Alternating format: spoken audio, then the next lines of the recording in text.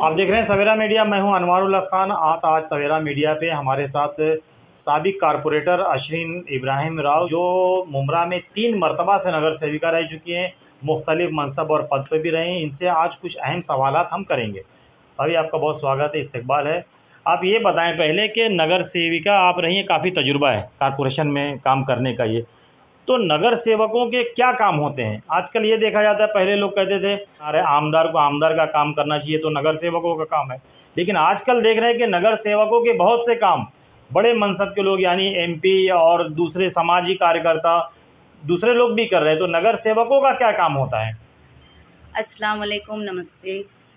देखिए अनवर भाई, अब लोग समाज सेवक काम करते हैं, ये तो अच्छी बात है और खासदारों ने भी काम करना चाहिए, लेकिन काम वो करना चाहिए जो उनको अच्छे लगे। उनके मतलब जो काम उनको करना चाहिए, जैसे नगर सेवक के लेवल का काम रहता है वाटर मीटर गटर। इसके अलावा खासदार का काम है कि वो जो है शहर की और तरक्की के लिए क्या कर सकते हैं, बच्चों के रोज़गार का काम है। तो अभी देखिए वो रेलवे में भी है हमारे खासदार साहब, तो उसके ज़रिए से वो हमारे बच्चों को रोज़गार दे सकते हैं। इसके अलावा आप मुमरा स्टेशन पे जाएंगे तो एक्सेलेटर एक ही तरफ है, दूसरी तरफ नहीं है। तो क्या हैंडीकैप जो चढ़ता है बेचारा, या फिर कोई एजेड औरत चढ़ती है, या कोई मरीज़ अगर चढ़ता है, तो एक ही तरफ से चढ़ेंगे और उतरेंगे कहाँ से? जब मार के खाली जाए आए नहीं। तो हाँ, जाए आए नहीं। दूसरी बात यह है कि वहाँ पे जो है लिफ्ट का होना बहुत ज़रूरी है। आप बहुत सी जगहों पे जाइए तो वहाँ पे लिफ्ट होती है, वहाँ पर लिफ्ट का भी इंतज़ाम नहीं है। अभी आए दिन हमारे समाज सेवक भी बात करते हैं, हमारे अपोजिशन भी बात करते हैं, हम लोग भी बातें उठाते हैं, लेकिन उसका होता क्या है? इम्प्लीमेंट कौन करेगा? खासदार ही करेगा ना। तो करना भी चाहिए उन्होंने। तो छोटे मोटे कामों में क्यों खुद को मतलब वो मसरूफ़ रख रहे हैं, समझ में नहीं आ रहा है। और उनको तो इतना अच्छा है कि उनके वालिद साहब जो है, उनके फादर जो है वो सीएम का काम है। तो अभी देखिए वो रेलवे में काम करने की संधि मिल सकती है। दूसरी चीज़, अभी मैं आपको दूसरी बातों पर भी आती हूँ, पहले तो मैं रेलवे के बाद से अभी उससे ही रिलेटेड बातें करूँ तो बेहतर है।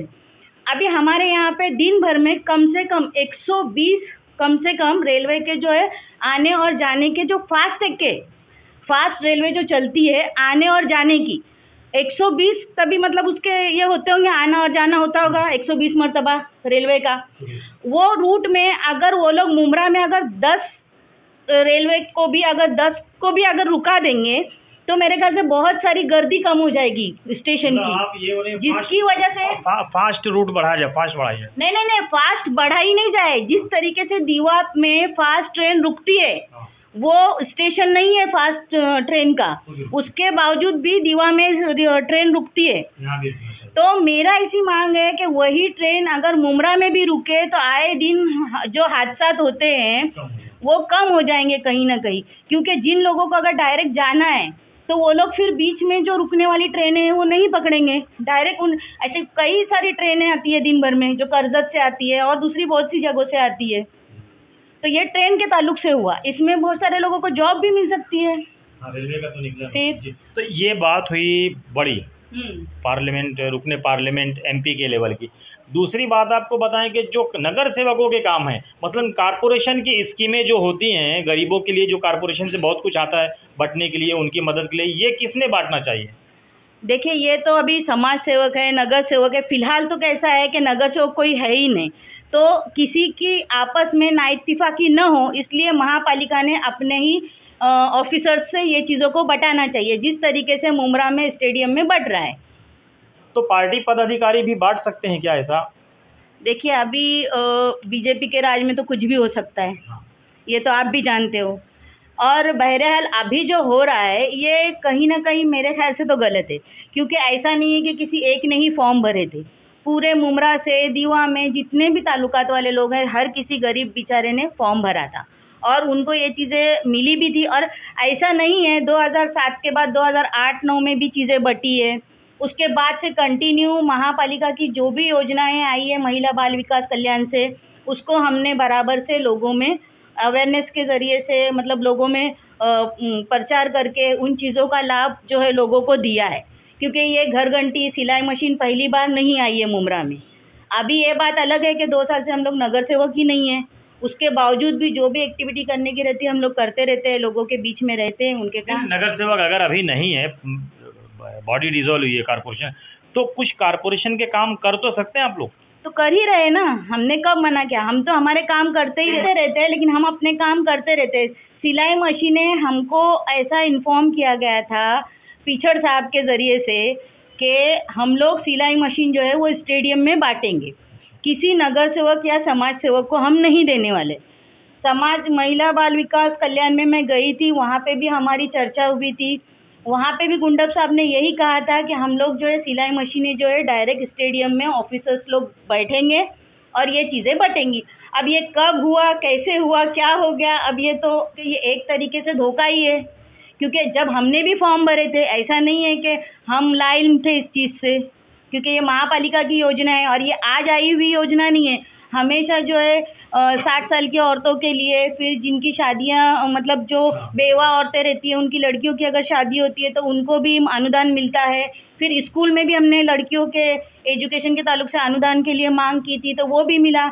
महासभा में आए दिन नगर सेवक जो है जूझते रहता है, बोलते रहता है, और जो लोग बोलते हैं कि नगर सेवक काम नहीं करते, तो मेरा उनसे ये सवाल है कि फिर आपके महापौर भी काम नहीं करते थे क्या?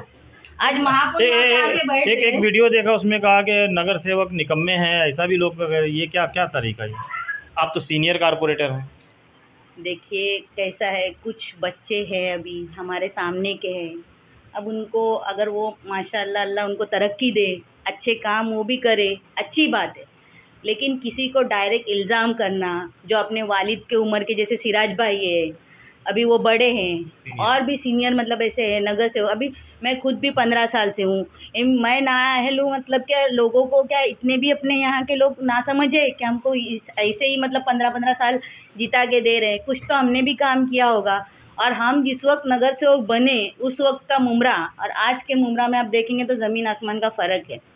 और उस वक्त में पानी से लेके हर चीज़ की तकलीफ़ थी, आज तो अल्हम्दुलिल्लाह काफ़ी राहत है।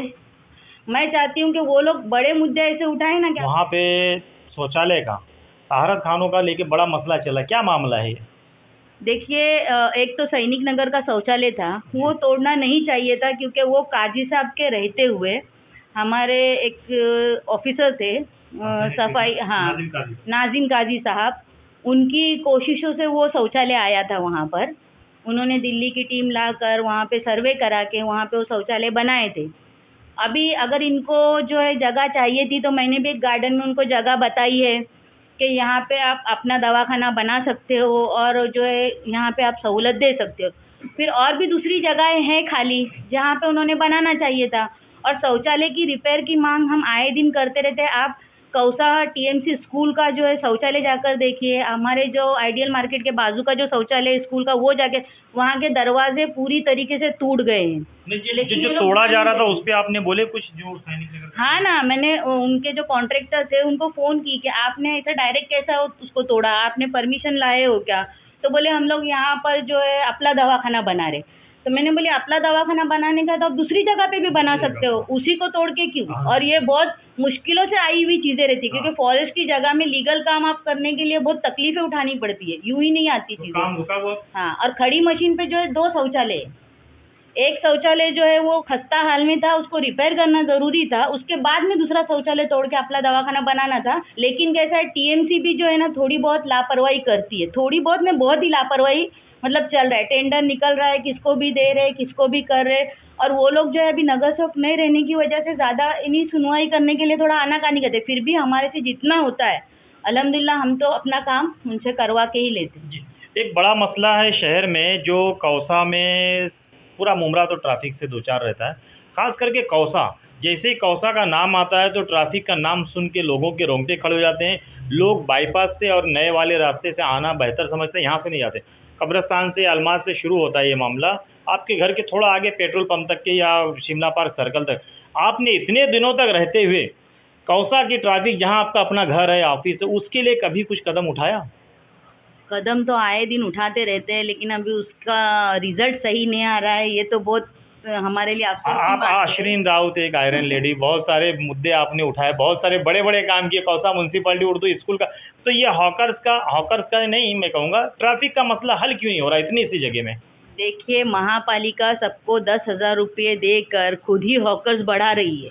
तो अभी हम उसको यानी महापालिका हर तरीके से लोगों को हैंडीकैप बनाने के चक्कर में, तो उसको क्या कर सकते हैं। अभी अच्छी अच्छी दुकानें तोड़ी गई रोड वाइंडिंग के नाम पर। अभी हमारे यहाँ का एक ट्रांसफार्मर में है, हम उसके लिए मांग कर रहे हैं, कौसा का जो ट्रांसफार्मर है ये बैंक के पास, हम उसके लिए मांग कर रहे हैं कि उसको थोड़ा आप पीछे कर दीजिए तो 3-4 फुट का रास्ता उधर भी बढ़ेगा करके। तो ये हॉकर्स को जो रोड पे हैं डॉक्टर राजू कनक के यहाँ से लेके ये नीचे, इनको हटाने का कभी तो बढ़ जाएंगे खैर, लेकिन ये क्या किसकी वजह से लगे रहते इतने सारे? टीएमसी को आए दिन लेटर देते रहते हैं। अब टीएमसी का क्या मंशा है ये तो अल्लाह ही बेहतर जाने। बीच में हॉकर्स पूरी तरीके से ख़त्म हो गए थे, फिर दोबारा आ गए, तो अब किसको आप इल्ज़ाम देंगे बताइए ना। अब हमारा तो वहाँ पे कुछ है नहीं, हम तो आए दिन मतलब पत्र व्यवहार कर सकते हैं, जाके 2-4 लोगों को चिल्ली पुकार कर सकते हैं, इससे ज़्यादा क्या कर सकते हैं। फिर ऐसा होता है ना कि आप लोग हमको हटाते हो, वहाँ पे दूसरे लोग तो लगा ही रहे हैं। अब संडे के दिन देखो तो कब्रिस्तान के सामने भी अभी लोग लगाने लगे, वो रास्ता भी जाम रहता है। तो महापालिका ने जब आपकी ये जिम्मेदारी है तो आप जो है उनको ऐसा बना ही रहे हो ना। 10,000 रुपये जो दे रहे हो उनको हॉकर्स के लिए, तो उनको एक हॉकर जोन दो अच्छा। और हैंडीकैप्स को जो बेचारे लोगों को टपरी आए दिन बीच में किधर भी लगा के देते हैं, उसके बदले 3% जो है मॉल में रिजर्वेशन रहता है इनका। तो फिर मॉल में क्यों नहीं दिया जाता है इनको 3% जब रिजर्वेशन इनको है, तो मॉल में दीजिए दुकानें हैंडीकैप लोगों को। आपने कभी इस पे आवाज़ उठाई? बोले बहुत बार लेटर दिए यूसुफ भाई के साथ में, नहीं हुआ। वो अभी मैंने बोली ना कि हर चीज़ अगर हमारे बस में रहती तो फिर क्या बात थी।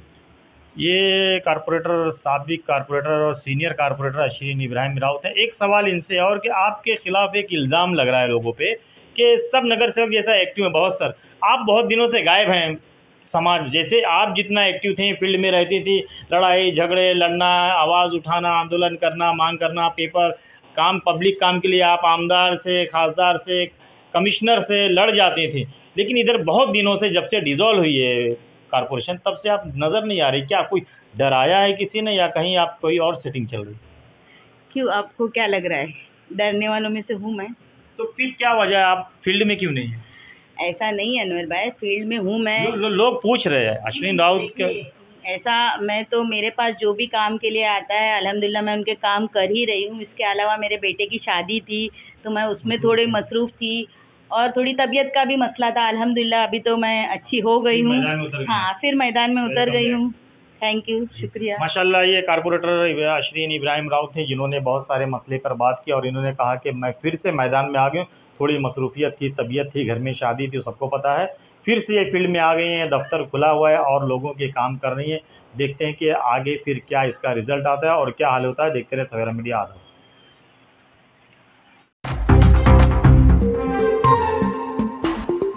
सवेरा न्यूज़ को लाइक करें, सब्सक्राइब करें और बेल आइकन दबाना ना भूलें।